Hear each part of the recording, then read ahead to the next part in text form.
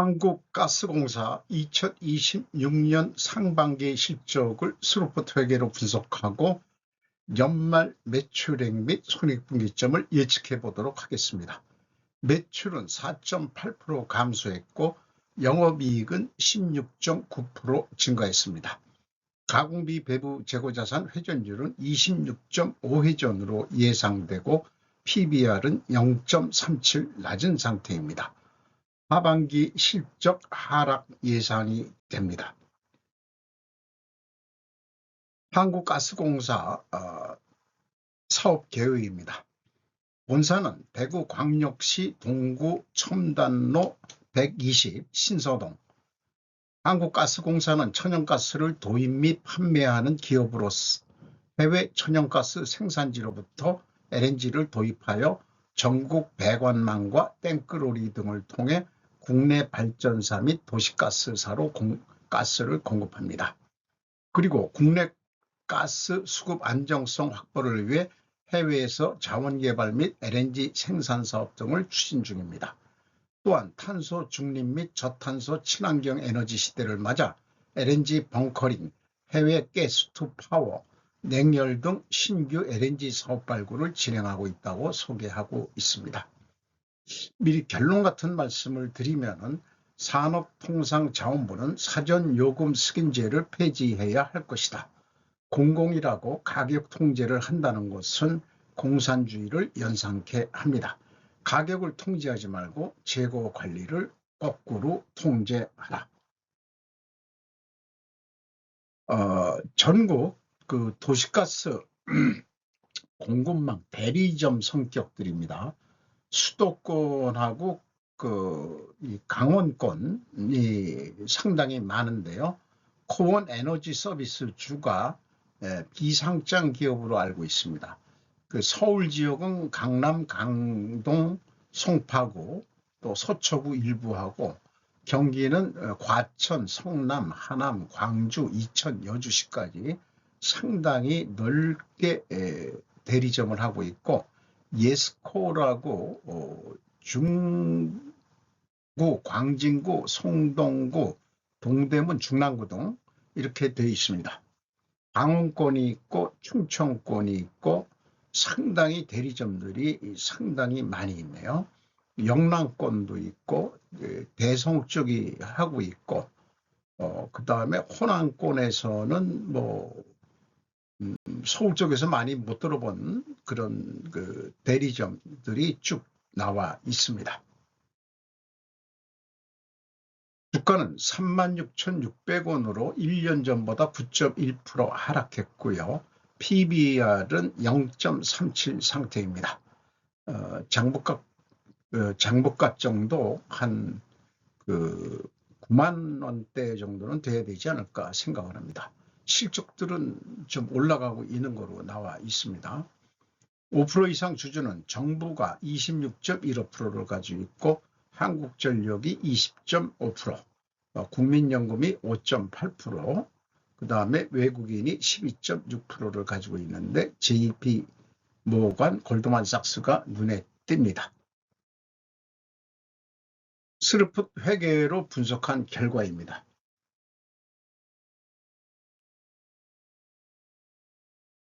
매출이 18조 5,689억 원으로 4.8% 감소했는데 매출에 비례하는 매출 재료비는 그보다 더 낮게 7.4% 감소했습니다.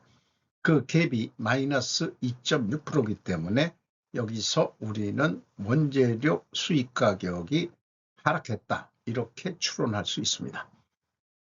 운영경비 9.2% 증가했습니다. 그 결과 스루포트 영업이익은 1조 4,132억 원으로서 16.9%가 증가했습니다. 원가회계 영업이익보다 1,285억 원이 더 이익이 났습니다. 이것은 가공비 배부 재고자산이라고 표현했습니다만은 재고가 크게 감소했기 때문입니다.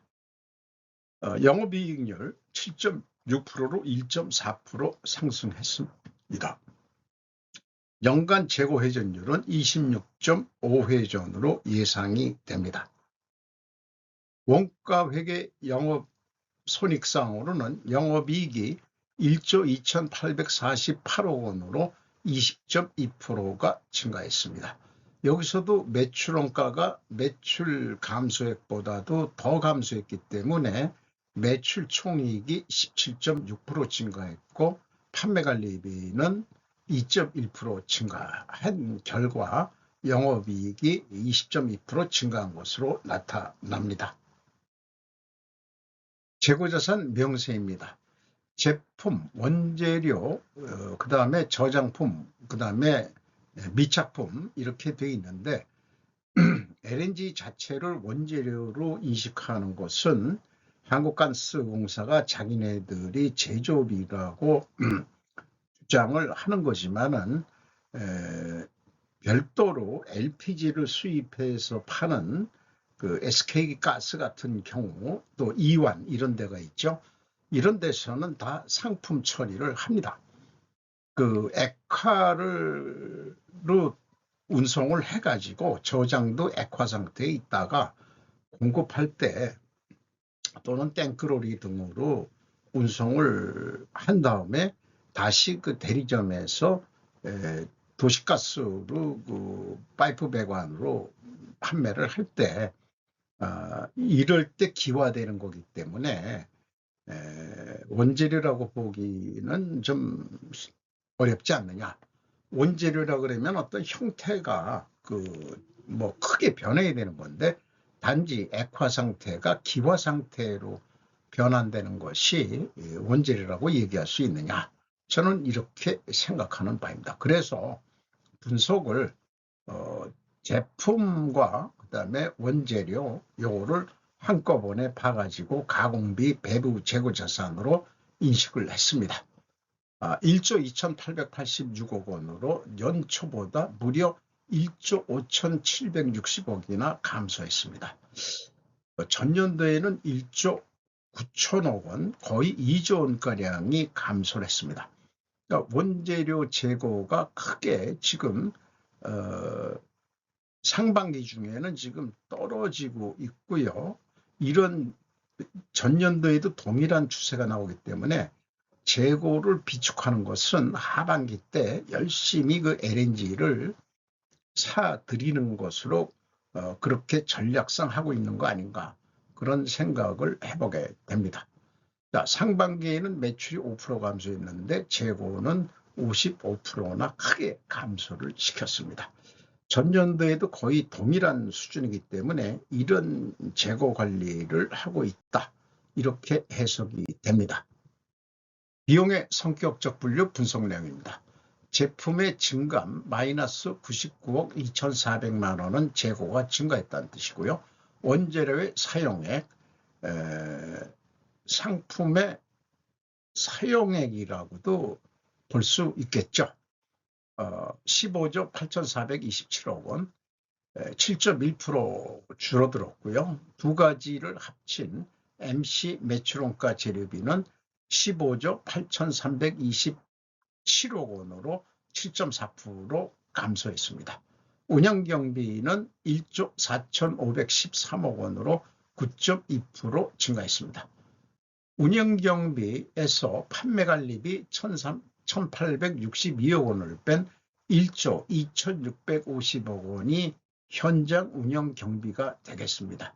8.2%, 1.1% 상승했고 재료 비율은 상대적으로 1.1% 하락했습니다.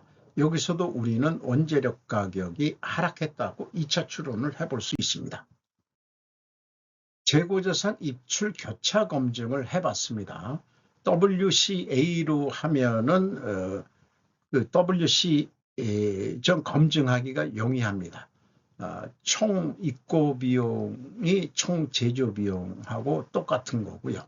매출 원가가 판매 기준이니까 검증을 해보면은 일치를 하는데 원재료는 회사 원재료 주석에서 원재료 매입 가격을 집어넣고 그 다음에 그 원재료 사용액, 여기 뭐 소모품 사용액도 좀 있습니다만은 그거를 넣고서 재고를 검증해 보면은 1조 1,663억 원, 기컨대 장부상 재고는 1조 2천억 원으로 돼 있어서 406억 원이 차이가 있는데 이것이 설마 소모품 사용액이겠느냐?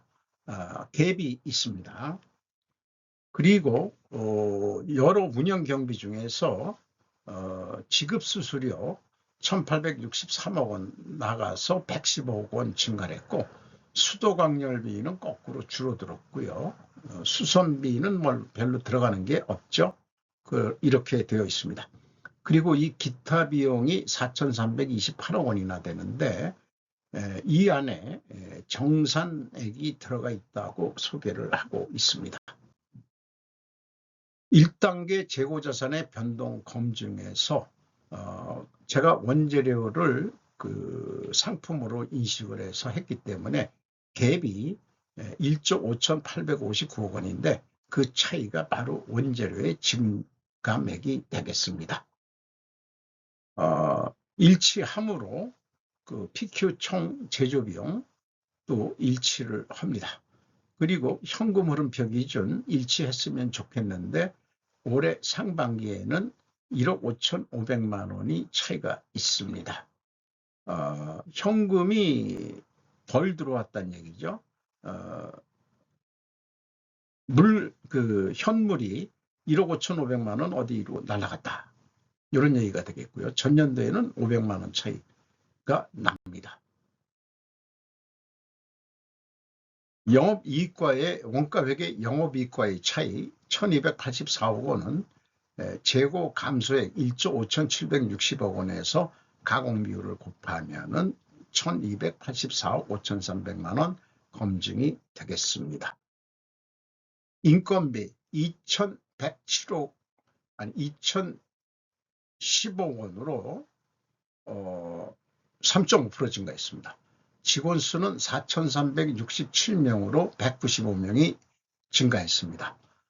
평균 연봉은 9,210만 원으로 1.1% 하락 예상입니다.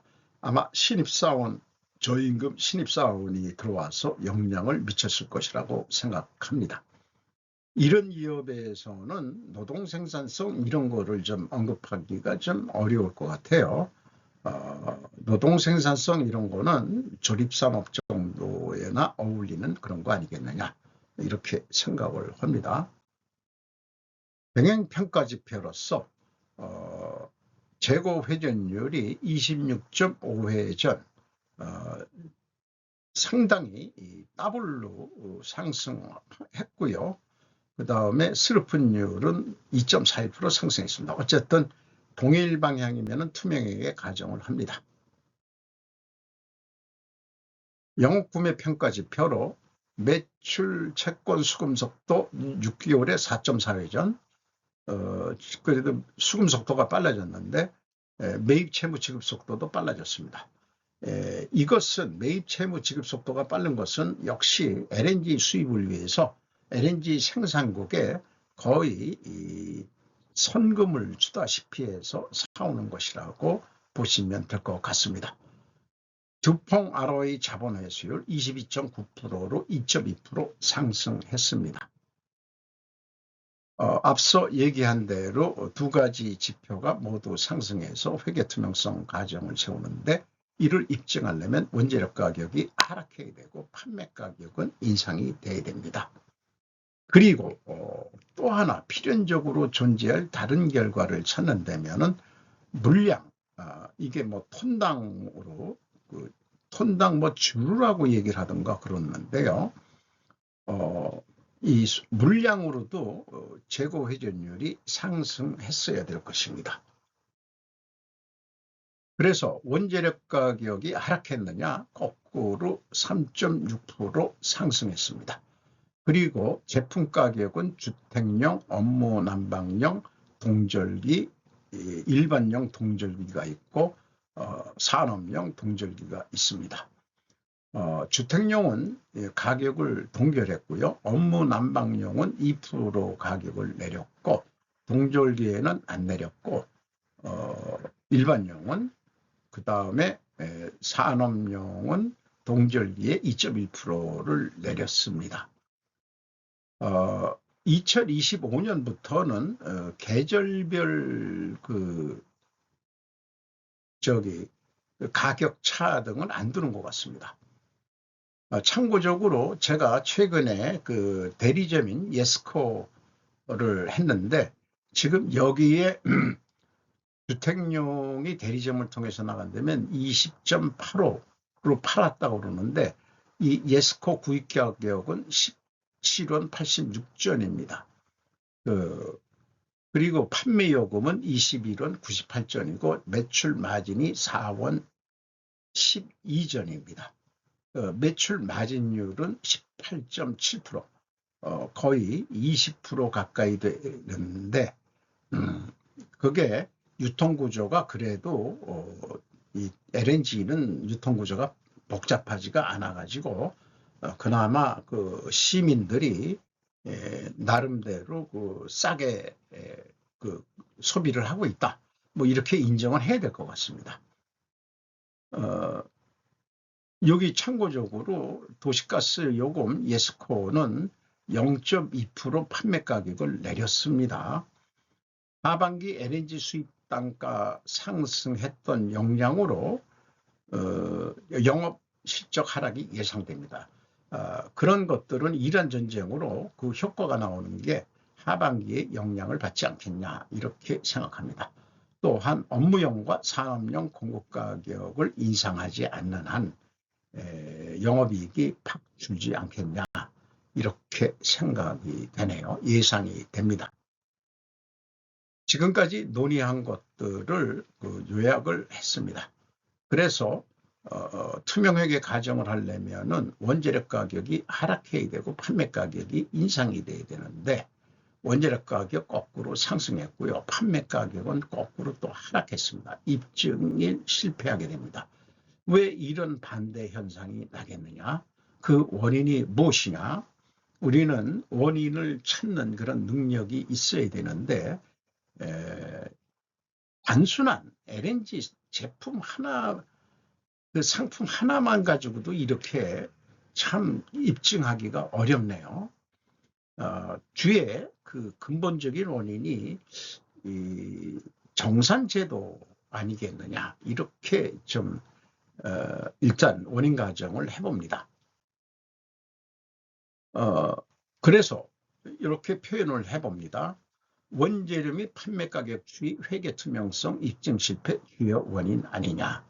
그래서 그 원인이 주석에 천연가스 판매요금 정산손익이라는 것을 설명하고 있는데요. 원료비 연동제 시행지침과 천연가스 공급가격 산정기준 이거에 따라서 정부 승인을 거쳐서 차기 연도 요금 정산에 반영하고 있다. 1년에 한 번, 그러니까 매 분기마다 해주기는 어려우니까 뭐 결산 이런 거 해가지고 하는 모양이에요. 그러니까 연차 사업 보고서라면은 기타 비용이 들쑥날쑥하게 되는 그런 게 나타나게 됩니다. 그리고 이런 매출원가 조정을 하게 되는데 정산손익을 자산 부채 기타 비용 금융자산 및 기타 비금융부채로 인식을 하고 회계 처리를 한다고 소개하고 있습니다. 산업통상자원부는 사전요금 승인제를 폐지해야 할 것이다. 미리 앞에 결론을 말씀드렸지만은 공공이라고 가격 통제를 한다는 것은 공산주의를 연상케 합니다. 가격을 통제하지 말고 재고 관리를 통제해라. 상반기에 재고가 팍 줄고 그 다음에 동절기에는 재고가 증가했었는데 상반기 중에 이란 전쟁이 1분기 말쯤에 터졌죠. 그리고 국제 가격이 크게 올랐다가 다시 내려갔다가 지금 굴곡이 심한데 그것이 하반기에 영향이 오는데 이게 연간 정산을 한다고 그런다면은 하반기에 가격 조정을 못하지 않겠냐. 이렇게 되면은 잘못하면은 적자가 날 수도 있는 거 아니냐. 뭐 이런 우려도 해볼 수가 있겠습니다. 현금 재무지표입니다. 1번 EAT 세후 현금 순위 2조 5,869억 원을 벌었습니다. 두 번째 EMS 영업활동으로 전체 유입된 돈은 4조 8,982억 원이 되고 사업 전체로 최종 유입된 돈은 2조 6,565억 원이 되겠습니다.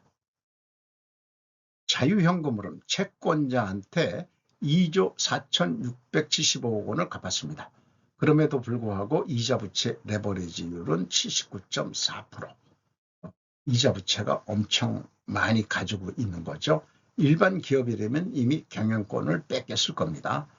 주주 자유현금으로는 1,034억 원, 0.2% ROE. 자, 부채가 많을 때는 이익 배당률이 작다 그래도 글쎄요, 일부 주주들은 그래도 조금 달라 이렇게 얘기하려는지 모르겠지만은 50% 선까지 내려가기 전까지는 이익 배당을 하지 않는 게 바람직한 경영 의사결정 아닌가 생각을 합니다. 납입자본 성장률 4.9로 올라갔고요. 이익잉여금률도 350.2%로 증가했습니다. 재무상태표 중에서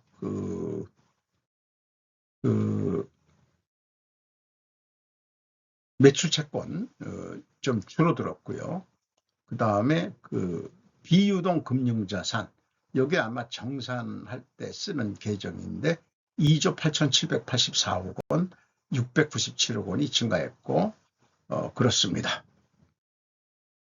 그리고 부채 및 자본계정, 비금융부채 정산 때 설정하는 계정으로 1,034억 원이 증가했습니다. 상반기 실적을 토대로 연말 매출을 예측을 해보겠습니다. 전년 대비 95% 선분이 되질 않습니다.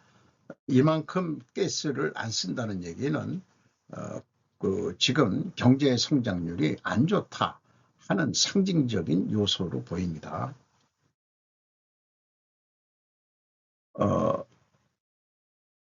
운영경비 기준 1 더하기 100% 해가지고 영업이익도 마찬가지로 그 더한 목표액을 스르폰율로 나누면 37조 1377억 원 예상이 됩니다. 매출 재료비 기준으로도 동일한 방법으로 매출 재료비율로 나누면 동일한 매출액을 예측할 수 있습니다.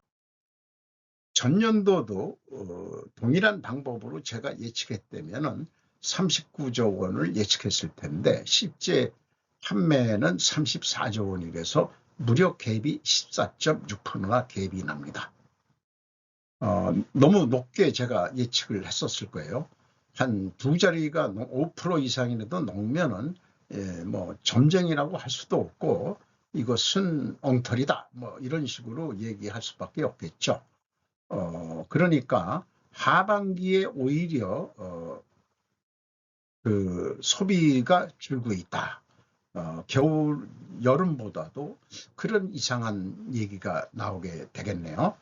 그것이 일반 주택용의 문제가 아니고 전기 발전하는데 LNG가 많이 들어가니까 화력 발전에 요즘 같아서는 여름에 냉방기라든지 에어컨이라든지 이런 심야 전력이 많이 들어가니까 오히려 하반기에는 매출액이 줄어드는 것으로 그렇게 인식이 됩니다. 그래서 조금 더 질 높은 예측을 하기 위해서 손익분기점을 도입을 했습니다. 작년도 손익분기점은 6.3월입니다. 그런데 올해는 6.1월로 약간 더 앞당겨질 것 같습니다. 그래서 0.2개월이면은 한 일주일 정도 앞서지는데 어쨌든 실행 가능한 실행 계획을 세워보도록 하죠.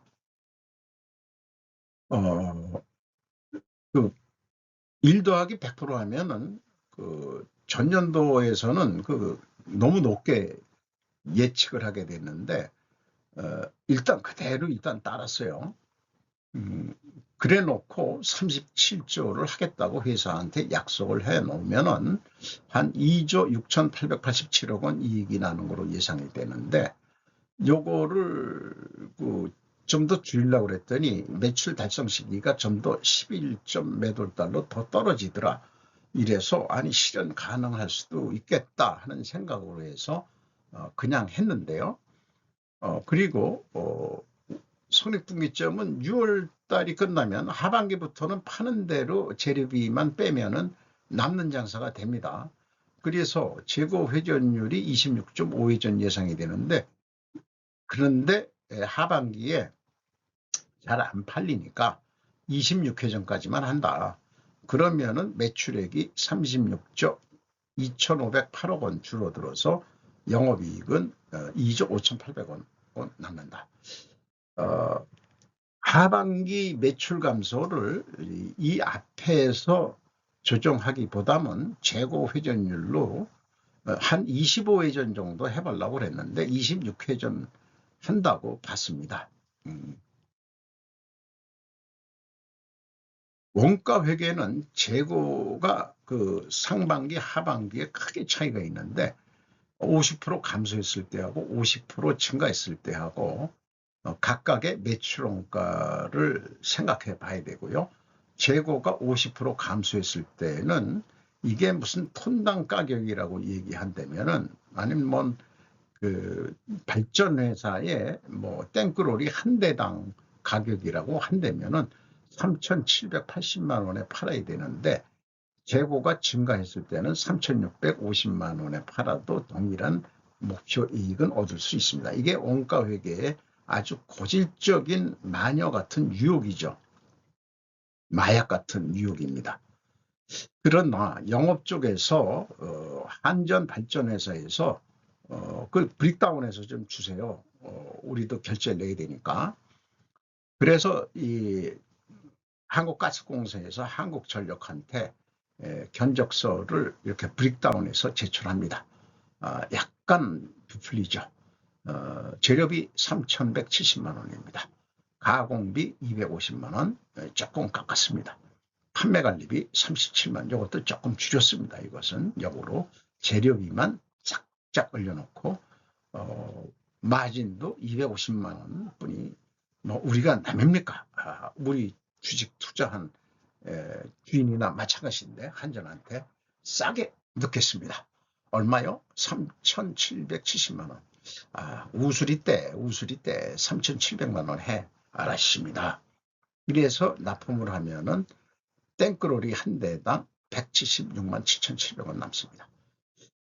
그런데 한전도 소비량이 줄어가지고 매출이 36조 2,508억 원이 된다면은 2% 매출액이 감소하는 거예요.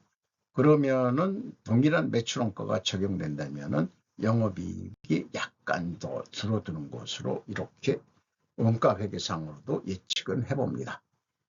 다시 한번 비교하면은 스르프 쪽으로서는 3,700만 원에 팔면은 268만 8천 원 남는데, 원가 회계 관점에서는 재고 감소 시에는 176만 7천 원밖에 남질 않고, 재고가 크게 증가할 경우에는 36만 7,500원 남는다.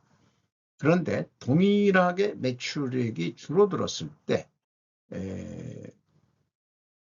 스르풋은 재고 증가과 전혀 관계가 없으니까 줄어든 만큼 영업이익이 줄어듭니다. 2조 258만 원으로. 근데 코스트 쪽에서는 그 판매되는 대로 재고가 또 감소해가지고요. 역으로 이거는 매출이 줄었으니까 재고 증가로 가야 되겠죠. 그렇다 하더라도 영업이익은 스르프보다 한 8,556억 원이 더 작게 나타납니다. 이것은 생산 증강과 그 다음에 매출 불변이라는 극단적인 상황을 제가 설명을 해보려고 합니다. 영업 현실은 매일 생산은 중단 없이 계속 가동될 것이다. 뭐 제조업체는 아니지만은 매일 항구에 LNG 수입이 입고될 것이다. 현실에서 생산 중단은 설비 고장이나 노조 파업 등 특수한 경우 외에는 없다. 원가 회계에서 결산한다는 것은 마감 종료일에 끊어서 산출하는 로직이다. 생산과 출하는 매일 발생할 것이나 마감이란 작업을 해야 한다. 의사결정을 해야 될 때는 마감이란 선으로 끊어야 하며 생산 중단 등 극단적인 상황을 가정하여 의사결정하기에는 현실적이지 못하다는 견해가 나올 것이다. 일반적으로. 그러나 우리가 검은백조를 만나지 않기 위해서는 즉 불확실성과 변동성 현실 속에서는 생산 중단 또는 추가 생산 증가와 매출 불변이란 극단 상황을 생각해서 의사결정 훈련을 할 필요가 있다. 이 매출 불변과 생산 증감 사이에 어느 선에서 우리는 의사결정을 항상 고뇌를 해야 된다. 이러한 얘기가 되겠습니다. 과잉 생산 덤핑하지 말라. 요거는 코카스한테는 적용이 되진 않겠습니다. 그러나 노동가치설 공산주의 원가회계에서 스르프회계로 전환해야 되겠다. 요것은 유효한 것입니다.